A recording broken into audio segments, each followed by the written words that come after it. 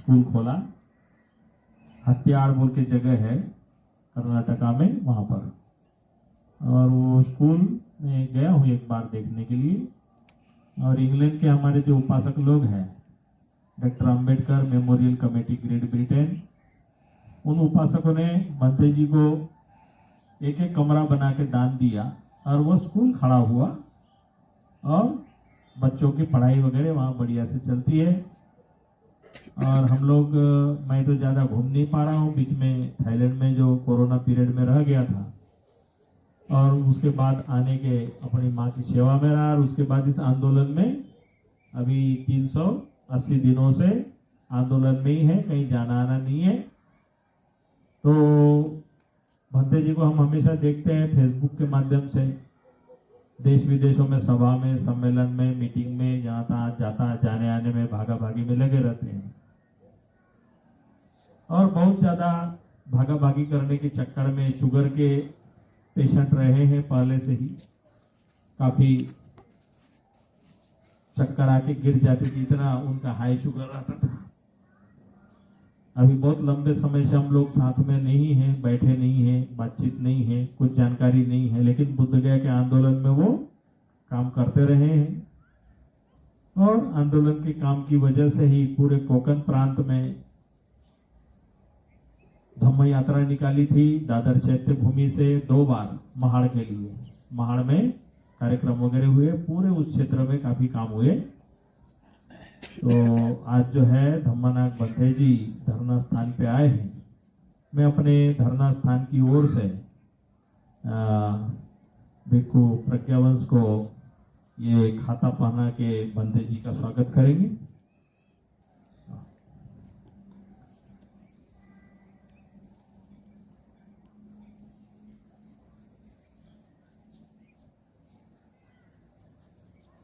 Photo ले लो उधर से।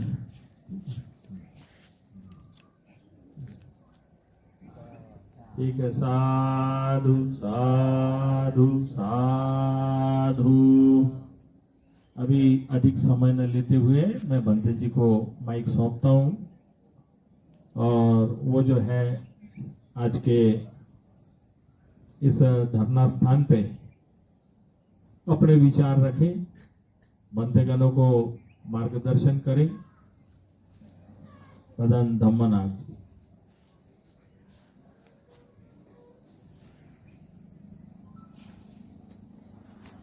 सबसे पहले बुद्ध धम्म संघ को शरण जाती हुई परम पूज्य बोधिसत्व डॉक्टर बाबा साहब अम्बेडकर, इनके विचारों को, इनके कार्यों को अभिवादन करती हुई मेरे सीनियर भजन प्रज्ञाशील, इन्हें नमन करते हुए और सारा भिक्खु संघ को नमन करता हूँ। काफ़ी समय के बाद, जैसे कि आपने भंते जी ने बताया कि 380 दिन इस धरने को हो चुके हैं। धरना जब से चला तब से फेसबुक के माध्यम से ही इस धरने की जानकारी रखता रहा, और 28 नवंबर को मेरा ओपन हार्ट सर्जरी हुआ। यानी करीब करीब 6 ब्लॉक थे, 60% हार्ट टोटली बंद था। डॉक्टर चकित थे कि जीवित कैसे है, तो ये भी अपना एक धम्म का बल है, भिक्खु संघ का आशीर्वाद है, भगवान बुद्ध की मंगल मैत्री करुणा, जिस कारण करीब 2.5 महीने के बाद मैं यहाँ पे आया हूँ। कुछ बर्मीज और थाई लोग आए थे उनको मिलने के लिए। उन्होंने कहा था कि भंते जी, अगर हम तो आपके सेंटर पे नहीं आ सकते, अगर आपको ट्रैवलिंग अलाउड है तो प्लीज़ आप आइए। तो कल सुबह आया था। कल 28 घंटे की जर्नी हुई और उसके बाद में फिर मुझे कल रेस्ट चाहिए था, तो पेन किलर खा के कल पूरा दिन भर रेस्ट किया। और आज थाई लोगों के साथ में, बर्मीज लोगों के साथ में मीटिंग करके फिर मैंने सोचा कि क्यों ना धरना स्थल पे जाया जाए और फिर भंते जी को फ़ोन लगाया और आपके बीच में आने का मुझे मौका मिला। 380 दिन धरना चलाना ये बहुत बड़ी बात है। कितने आंधी तूफान से संघर्ष करते हुए एक ही जगह से बिहार सरकार तथा केंद्र सरकार को जगाने का काम भंते प्रज्ञाशील और उनके संघ द्वारा और सभी भारत के जितने भी बुद्धिस्ट ऑर्गेनाइजेशन है उनके माध्यम से यह आंदोलन चल रहा है।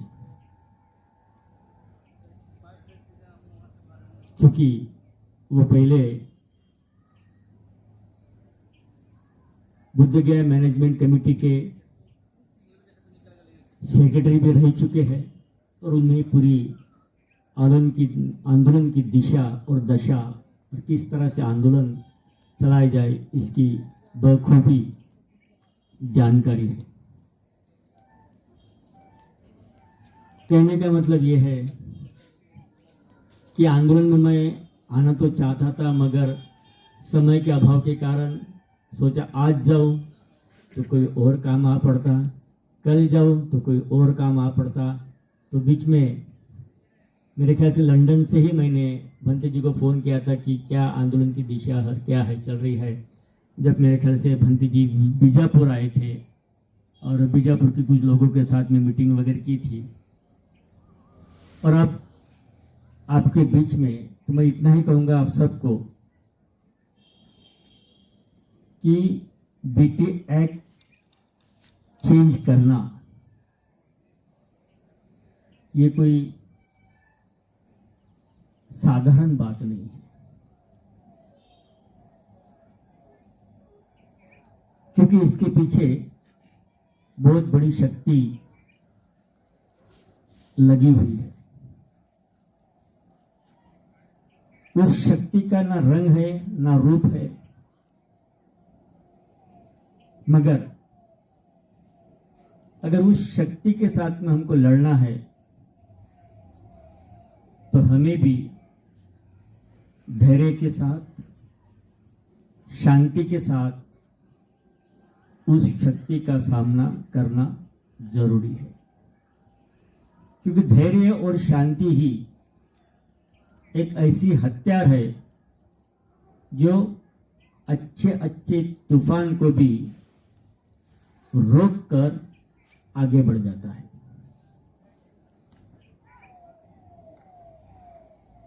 आंदोलन जो आपका पूरा चला, आपका यानी उसमें मैं भी हूं, क्योंकि मैं भी आंदोलन का हिस्सा था। उस समय यूट्यूब नहीं था, आज यूट्यूब है।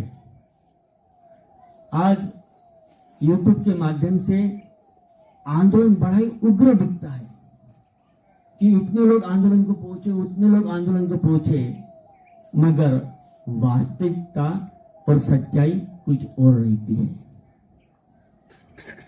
जब ये आंदोलन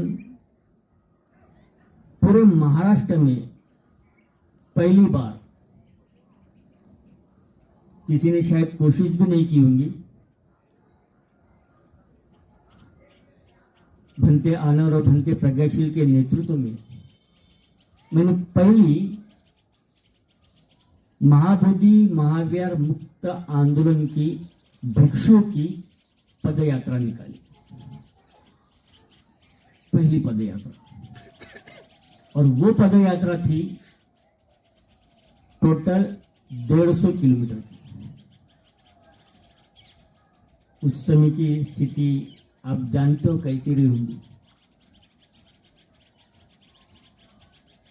बाबा साहब के निब्बान भूमि चैत्य भूमि से वो पदयात्रा स्टार्ट किए और जहां पे बाबा साहब ने पूरे भारत में क्रांति का बिगुल बजाया था, उस महाड़ चौदड़ तालाब पर वो यात्रा समाप्त की थी।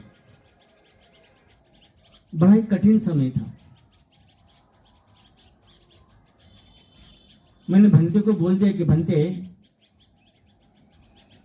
क्यों ना इस तरह की पदयात्रा की जाए, लोगों को जगाया जाए।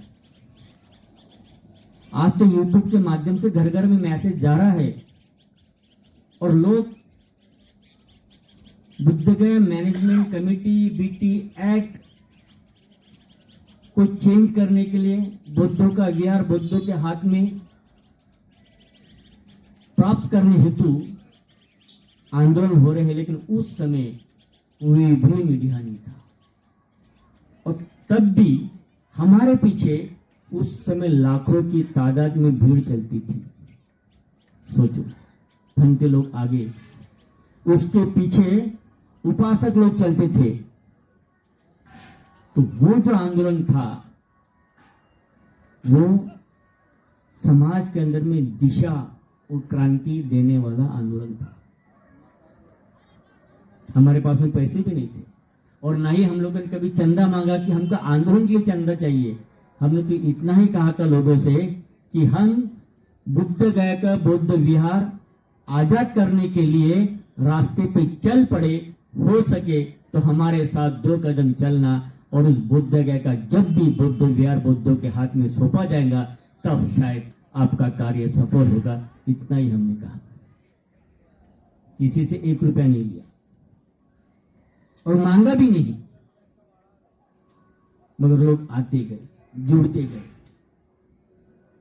उस समय के सारे बुजुर्ग भिक्षु जैसी भंते ने कहा, शायद वो आज नहीं है। उन्होंने हाथ में लाठी, चलना नहीं होता था फिर भी पैदल पैदल चलते थे और उस आंदोलन को सक्सेस करने की पूरी कोशिश की।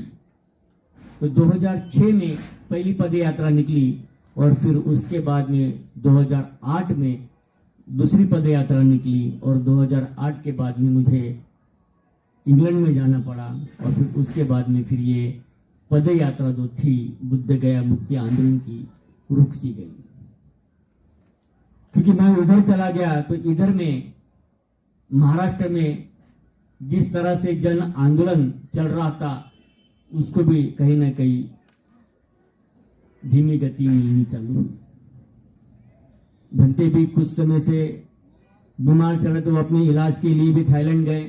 2 साल 2.5 साल वहां बिताने के बाद में फिर से इस आंदोलन के लिए सक्रिय हुए और लगातार आज 1 साल इस आंदोलन को खींचते हुए लेके आए। व्यवस्था देखने के बाद में लगता है कि आप लोगों का धैर्य, आप लोगों का पेशेंस, आप लोगों की एकता, हिम्मत, आज कोई इसे जाने या ना जाने, समझे या ना समझे, मगर जब भी क्रांति की ज्वाला जल उठती है तो वो क्रांति की ज्वाला के पीछे वो लौ को जलाने वाले जो लोग होते हैं वह सदैव जीवित रहते हैं। तो वो आप लोग हो।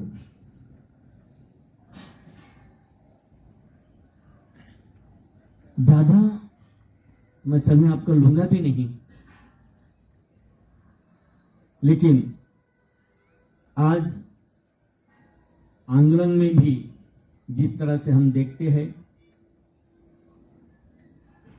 राजनीतिक तौर पे भी आंदोलन चल रहा है और धार्मिक तौर पर भी आंदोलन चल रहा है। तो धार्मिक ताकत दिखाना भी जरूरी है और राजनीतिक ताकत दिखाना भी जरूरी है। दोनों ताकतें एक साथ होना जरूरी है।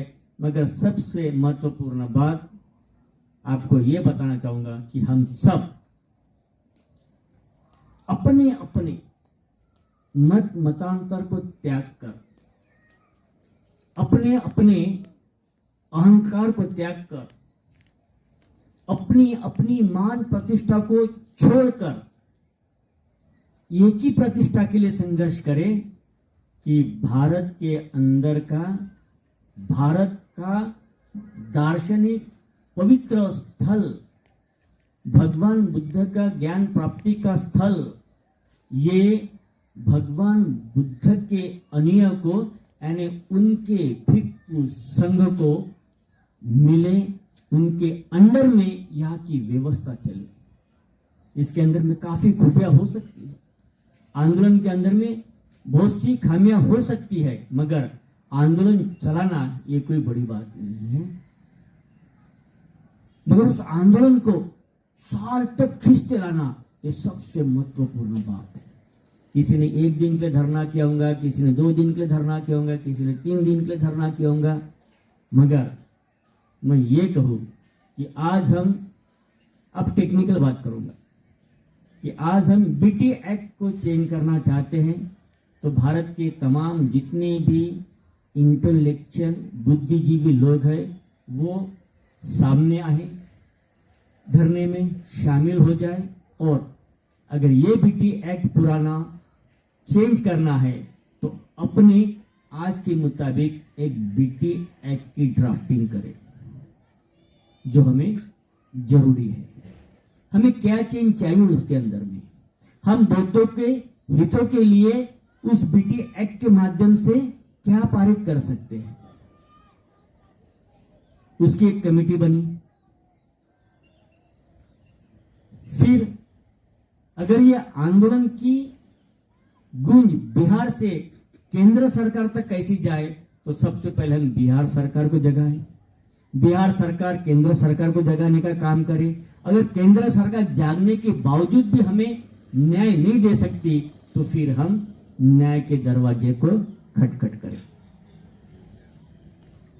आज अगर भिक्खू अपनी ताकत के साथ में आंदोलन चला रहा है, तो मैं जो भारत के बुद्धिजीवी पढ़े लिखे लोग जो है, जो बड़े बड़े अहदे पे बैठे हैं, चाहे वो किसी भी अहदे पे हो, वो भी गौरवपूर्ण इस आंदोलन में शामिल हो जाए, चाहे वो नेता हो, चाहे वो सामाजिक व्यक्ति हो, चाहे वो धार्मिक व्यक्ति हो, मगर वो भी आए और आंदोलन को और मजबूत बनाए। अभी आंदोलन जो हुआ, आपका भी यहाँ पे बहुत बड़ा 12 फरवरी को, यानी 1 फरवरी से लेके तो 12 फरवरी तक माघ पूर्णिमा के पावन अवसर पर अपने भी 12 दिन का यहाँ पे सामने शिविर भी चला, शिविर में चीवर भी दिए गए और उस आंदोलन को मजबूती देने का काम भी हुआ। एक तरफ दिल्ली में भी आंदोलन हुआ और वहां पे भी लोग इकट्ठा हुए, तो कोई दिल्ली में आंदोलन कर रहा है, कोई बुद्धगया में आंदोलन कर रहा है, तो ये दोनों आंदोलन को एकत्रित होकर, बात तो ऐसी है कि हम सभी के सभी एक ही माँ के बच्चे हैं, एक ही माँ के बच्चे हैं, मगर आज शत्रुता इतनी बढ़ गई है कि ना मैं तेरा मुंह देखने को तैयार है, ना वो मेरा मुंह देखने को तैयार है, और रास्ते पे चल पड़े तो सरकार भी सोचेंगी कि अगर कल बौद्ध का बौद्ध विहार अगर मुक्त करके भिक्षु के हाथ में दिया जाए तो किसे दिया जाए, बहुत बड़ा प्रश्न आएगा। तो उन्हें भी मैं यही बताना चाहूंगा कि आंदोलन को सही दिशा अगर देनी है तो हम अपने सारे अहंकार को त्याग कर एक ही मन से आंदोलन चलाए। 2 मन से आंदोलन चलाकर ना तो हम उस आंदोलन को कामयाबी की ओर लेके जा पाएंगे, ना तो आप आंदोलन को कामयाबी की ओर लेके जाओ पाओगे। चलेगा आंदोलन, और यहाँ की मनुवादी व्यवस्था को यही चाहिए कि ये आंदोलन बढ़ते रहे, टूटते रहे, बिखरते रहे, और ये आंदोलन भी टुकड़ों में जिस दिन हो जाएगा और उसके बाद में फिर से नए आंदोलन को खड़ा करने के लिए फिर हमको उसी तरह की शक्ति लगाना पड़ेगा। तो आज लोग जाग रहे हैं, घर घर में यूट्यूब के माध्यम से, सोशल मीडिया के माध्यम से अभी ये मैसेज जा रहा है कि बौद्धों का बौद्ध विहार बौद्धों के हाथ में होना चाहिए। तो ये सारे भारत के तमाम बौद्धों को, चाहे वो महाराष्ट्र का हो, कर्नाटक का हो, यूपी का हो, बिहार का हो, एमपी का हो, यहाँ तक कि अभी नॉर्थ ईस्ट साइड में हो या हिमालयन साइड में हो, ये सारे बौद्धों को इकट्ठा होकर उन्हें अपने अस्तित्व की लड़ाई लड़ने के लिए पंथ, व्यवस्था, इन सब को अलग रखकर सिर्फ एक बात पर इकट्ठा हो जाए कि हम सब बौद्ध है और बौद्धों की विरासत बौद्धों को मिले, इसलिए हमको ये आंदोलन लड़ना है, ये आंदोलन करना है। तो मैं आशा करूंगा कि काफी दिन के बाद मुझे ये मौका भंते प्रज्ञाशील के माध्यम से आपके धरना स्थल पर मेरी बात रखने की मुझे इजाज़त दी गई है। तो मैं इतना ही कहूँगा फिर से एक बार कि आंदोलन को टुकड़े में मत बांटो। अभी मैंने सुना था कि मेरे कर्नाटक से 40 लाख रुपए देकर ट्रेन बुक की गई और वो दिल्ली के जंतर मंतर में पहुंची। कितना सच है कितना झूठ है मैं तो नहीं जानता, मगर फेसबुक में बहुत चला है। एआई का जमाना है, एक मैसेज डाल दिया जाएगा कि मुझे इस तरह की इमेज चाहिए, इमेज विद इन 2 मिनट में क्लिक हो जाती है। तो चाणक्य आप 40 करोड़ रुपए देकर भी आप जंतर मंतर पहुंच सकते हो, मुझे कोई एतराज नहीं है। मगर सही बात बोलूं, 40 लाख बहुत बड़ी बात होती। 40 लाख हमारा समाज अपने जेब के खर्च कर कर किसी आंदोलन में शरीक हुआ, आज तक तो इतिहास गवाह नहीं है। आज तक इतिहास गवाह नहीं है। बहुत बड़ी इमेज। मुझे बोला गया कि बंदे जी आप आंदोलन को नहीं आ रहे, हमने गाड़ी बुक की, हमने ट्रेन बुक की, हमने ये बुक किया, हमने वो बुक किया। तो बोला नहीं, मैं तब तक उस आंदोलन में शरीक नहीं होऊंगा जब तक मुझे नहीं लगता कि आंदोलन की दिशा सही और हॉनेस्टली होने जा रही है। यानी हॉनेस्टली यानी ईमानदारी के साथ में। चाहे आपको लड़ना है लड़े, मैं आपकी लड़ाई को विरोध नहीं करूंगा, मगर उसके अंदर में हमें एकता दिखानी है। काफी लोग उस आंदोलन में आए, नेता लोग आए, आपके पास भी नेता लोग आए। कोई 2 दिन यहाँ पे रहता है, कोई 2 दिन वहां पे रहता है, कोई हमें कुछ बताता है, कोई उन्हें कुछ बताता है। तो ये आंदोलन की सही दिशा नहीं है, बिल्कुल भी नहीं। जो भी है, आधे फंती इधर है, आधे फंती उधर है, तो ये भी आंदोलन की सही दिशा नहीं है। आज फिर से एक बार यानी 2008 के बाद में, उसके बाद भी धीरे धीरे महाराष्ट्र के कई कोने में आंदोलन की जन जागृति चली, मगर 2008 के बाद में फिर से उस आंदोलन को जिंदा करने का बात या फिर वो सोच फिर से सोची गई, रखी गई। तो वो भंते प्रज्ञाशील उनने फिर से रखी, आंदोलन शुरू हुआ। उसके कुछ समय के बाद में भंते लोग जुड़े ना। पहले तो ये सोच किसी ने पैदा नहीं की थी, किसी ने नहीं की थी। किसी को तब याद नहीं आ रहा कि वहां पे कितने 5 पांडव है कि क्या है। ये आंदोलन पे धरने पे आने के बाद जब वो लोग यहाँ पे भ्रमण करने लगे, तब जाके छोटा सा वीडियो सामने आया और लोग हमारे उस वीडियो को इतने ज्यादा वायरल कर चुके थे कि एक नया नाम आया, क्रांतिकारी। एक क्रांतिकारी हमारे पीछे भी है, जिनकी तस्वीर लगी है, महात्मा ज्योतिबा फुले। उन्होंने किसी से बगावत नहीं की, सबको अपना लिया और सबको अपना कर उस समय शिक्षा की क्रांति की थी। अगर आज हमें बुद्ध गया आंदोलन को और मजबूती देना है तो हमें इस तरह की क्रांति करनी है।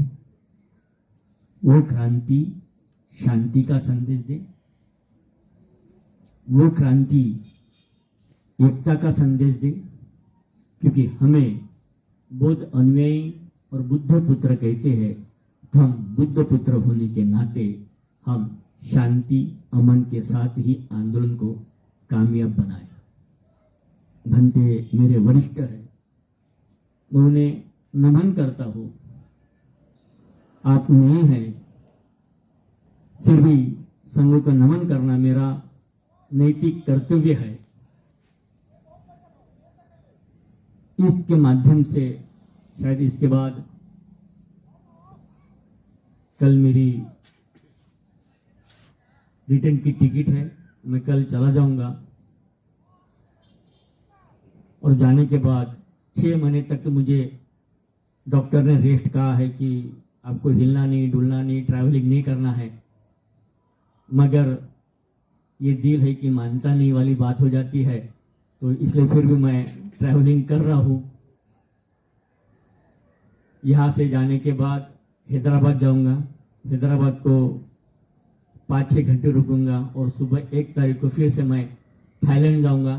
थाईलैंड से फिर मैं 4 तारीख को लौट के आऊँगा और 4 तारीख के बाद में यानी मुझे 25 मार्च को फिर मलेशिया जाना है।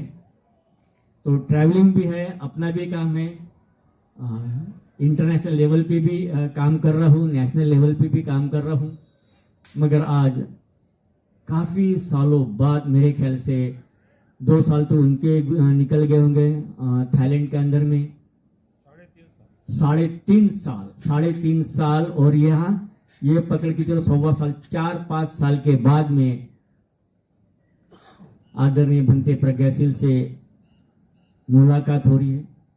तो उन्हें नमन करते हुए, क्योंकि उनको भी काफ़ी शुगर वगैरह था, तो उन्होंने अपना सारा नेचुरोथेरेपी के साथ में सारी बीमारी को जड़ से समाप्त करने के लिए थाईलैंड में उन्होंने 2.5 साल दिया। शुगर मुझे भी था और अब शुगर थोड़ा कंट्रोल है। तो मैं आशा करता हूँ कि हम सब आपके लाइव कैमरे के माध्यम से मुझे अगर सुन रहे हैं, जो हमारे स्नेही हैं उन्हें भी, और जो हमें नापसंद करते उन्हें भी एक ही संदेश मैं देना चाहूँगा कि हम सब इकट्ठा होकर, चाहे वो भिक्षु संघ हो, चाहे वो उपासक संघ हो, चाहे वो उपासिका संघ हो, चाहे वो कोई भी राजनीतिक दल हो, वो सब इकट्ठा होकर एक मंच के साथ में इस आंदोलन को कामयाब करने की कोशिश करे। अपनी अपनी डपली ना बजाए, क्योंकि अपनी अपनी डपली में क्या पता किसके डपली में कितना शोर है, मगर जिसके डपली में जितना शोर रहेगा वो डपली भी उतनी जल्दी फट जाती है।